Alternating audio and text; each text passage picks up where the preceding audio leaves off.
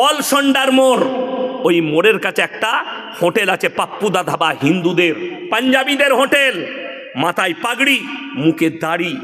হোটেলে 3টে বোর্ড লাগানো আছে, 3টেই মুসলমানদের ইমান বাঁচানো। নাম্বার 1 মদ বিক্রি নিষেধ, নাম্বার 2 মদ পান করা নিষেধ, নাম্বার 3 নো স্মোকিং, ধূমপান নিষেধ। তারা জানে আমরা যেখানটায় ব্যবসা করছি 70% মুসলমান, অর্থাৎ মুসলমানের জন্য মদ স্পর্শ করা হারাম, যার কারণে আমাদের মদ বিক্রি চলবে না। তার হোটেলে ভিড়। আমি রাত্রে দাঁড়াই, কালকেই রাত্রে আমি জলসা করব দমকলে, তারপরে জলসা আমার একবারই কিষানগঞ্জের কাছে। আমি রাত্রেই মালদা চলে যাব, ওর হোটেলে দাঁড়িয়ে আমি কফি খাই, চা খাই। জানেন আলেমদিকে কত শ্রদ্ধা করে, একটা দাড়িওয়ালা মুসলিমকে কতটা শ্রদ্ধা করে। কাগজের গিলাসে জল দেয়, ভাঁড়েতে চা দেয়। কি বলে জানেন? अरे आप लोग मौलवी लोग तो बड़ा पवित्र होते हैं, आप लोग हराम नहीं खाते, हराम खाने वाले के झूठा भी नहीं खाते। তো আপনার ধর্মের প্রতি কতটা রিসপেক্ট আছে তার, অথচ আপনি মুসলিম, আপনি জানেন হারাম, তারপরেও হারাম খাচ্ছেন। আমার বন্ধুগণ, আমার ভাই, আমি অনুরোধ করে বলে যাচ্ছি, হারামটাকে ত্যাগ করুন, হালাল ধরুন। এই আলেমদিকে আল্লাহ ইজ্জত এমনি দেয়নি। আমরা ব্যবসা করতে পারি না, এই মসজিদের ইমামরা ব্যবসা করতে পারে না, কিন্তু তোমার মতো চিটিংবাজি করতে পারবে না বলে ব্যবসা করে না। আপনি আপনাদের ইলেমবাজারে হাট আছে, এক একটা পাইকারকে দেখবেন এত বড় আল্লাহর ওলি, কি বুঝলেন, বলে গরুটা 28,000 টাকা দাম। না গো, ওটা 22-এ হবে না।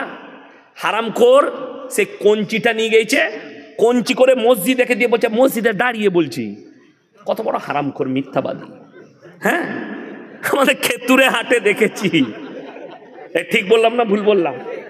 আরে আমি নিজে ইলেমবাজার হাটে এইছি, কুরবানির সময় দেখেছি যে এক মালকে আমাকে বলছে মৌলী সাহেব মসজিদ আছে, কসম করে বলছে কিনেছি 18-তে, আর তার পাশের মালটা বলছে ও 15-ই কিনেছে। একদম ঝাড়া কাঁচা মিছে কথা, কি বুঝলেন?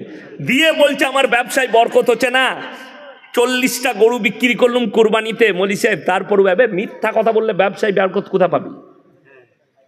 কষ্টর বিষয়, আপনি হারাম হালাল চিনেননি, তার মারাত্মক কারণ আপনার কাছে দ্বীনি শিক্ষা নেই।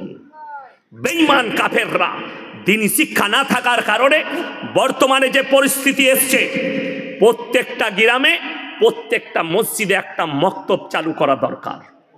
প্রত্যেকটা মসজিদে আপনার ছেলে স্কুলে যাবে তো যাবে, সে যেন এসে বিকালবেলায় মক্তবটা যায়, সে যেন সকালবেলায় ফজরের পরে মক্তব যায়।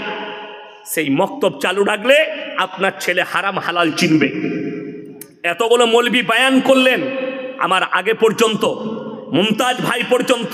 আচ্ছা, কেউ বলেছে যে ছেলেকে শুধু মাদ্রাসায় পড়িয়ে মৌলবি করো, ডাক্তার করা যাবে না, মাস্টার করা যাবে না, উকিল করা যাবে না, রেজিস্ট্রার করা যাবে না, আইপিএস করা যাবে না?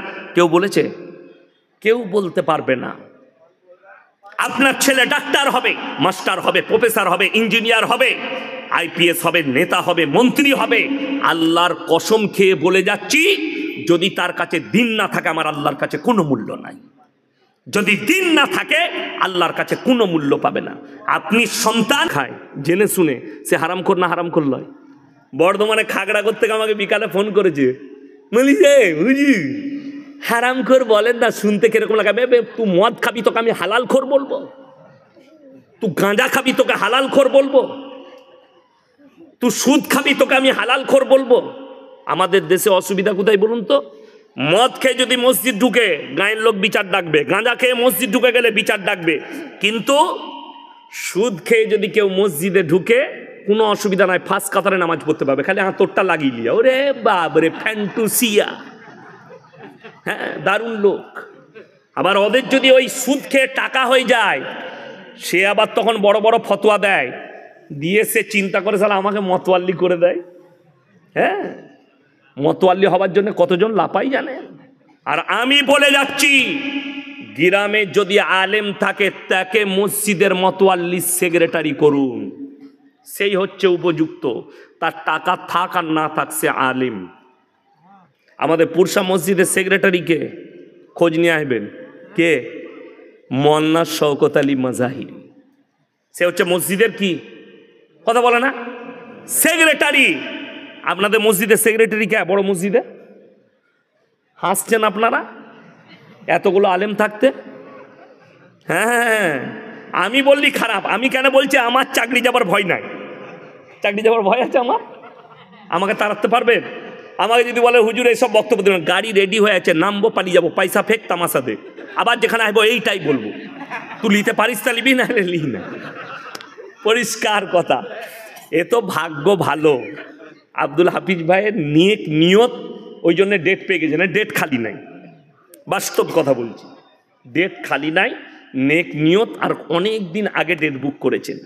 আমার ভাই, আপনাকে অনুরোধ করে বলে যাচ্ছি, আপনার সন্তানকে দ্বীনি শিক্ষা দেন, যাতে করে সে যেন হারাম হালাল বুঝতে পারেন।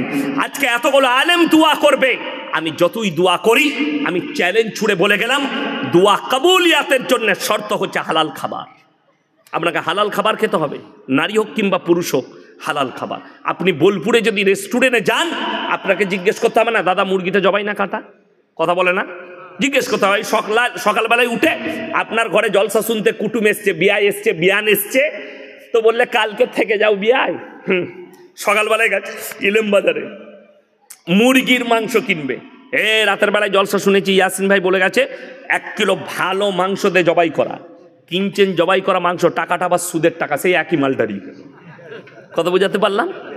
হ্যাঁ, এই যে বায়ানটা করলাম, মুমতাজ ভাই তো আল্লাহর রহমতে হাদিস কোরআন থেকে নরমভাবে বলে গেল। এই যে সুদের বায়ান করছি, সকালবেলায় খালি ইলেম বাজার থেকে আপনার এলাকার চায়ের দোকানগুলো দেখবেন, কোন মাল কটা গাল দিবে? সুদখোর মাল কটা। ওকে আবার দাওয়াত দেবে বাজে মুলবি, ওই মাল কটা গাল দিবা। তোরা গাল দিলে সুদ কখনো হালাল হবে না। ঠিক বললাম না ভুল বললাম? আমাকে গাল দিলে সুদ হালাল হবে? আমাকে গাল দিলে মদ হালাল হবে? কখনোই হবে না। মৌলবীকে তুমি গালি দাও, আমি এই বীরভূম ডিস্ট্রিক্টের কথা বলছি, জায়গার নাম করব না। ইমাম সাহেব জুম্মার দিনে সুদের বায়ান করেছে, রাতের বেলায় গিয়ে ইমামকে হুমকি দিয়েছে, রাত 12টার পরে, এরপর যদি কোনোদিন বায়ান করেছেন আপনাকে মার্ডার করব। বীরভূম ডিস্ট্রিক্ট, আমি জায়গার নাম করব না, তারা ধরে ফেলবে, মাল আমাদিকেই বলেছে। কিন্তু তারা যদি শুনে, তোমরা শোনো, তোমাদেরকে সাবধান করলাম, তুমি মৌলবীকে হুমকি দিতে পারবে, আল্লাহর কসম কোরআনের আয়াত তুমি কাটতে পারবে না, রাসূলের হাদিস তুমি কাটতে পারবে না। তুমি কবরে যাও, তুমি বুঝতে পারবে তুমি কত বড় হারাম পদক্ষেপ নিয়েছো। আপনারা বলুন, লটারির টিকিট হারাম না হালাল? আমি ইলেম বাজারে দেখাবো, মুসলমান লটারি বিক্রিও করছে, লটারি কাটছে। ঠিক বললাম না ভুল বললাম? ইলেম বাজারে দেখিয়ে দেবো আমি, মুসলমান নিজে লটারি বিক্রি করছে, কাউন্টার খুলে। তাকে জিজ্ঞেস করুন হালাল কোথা থেকে ফতোয়া পেলে। এই মৌলবীরা কেউ হালাল দিয়েছে ফতোয়া? যদি লটারির টিকিট কাটা হালাল হতো, এই ইমামরা তোমরা যা বেতন দাও, আমরা প্রত্যেক দিন একটা করে কাটতাম, 1 কোটি পড়ে গেলেই বাস কিস্তিমাত। কথাটা বুঝতে পারেননি?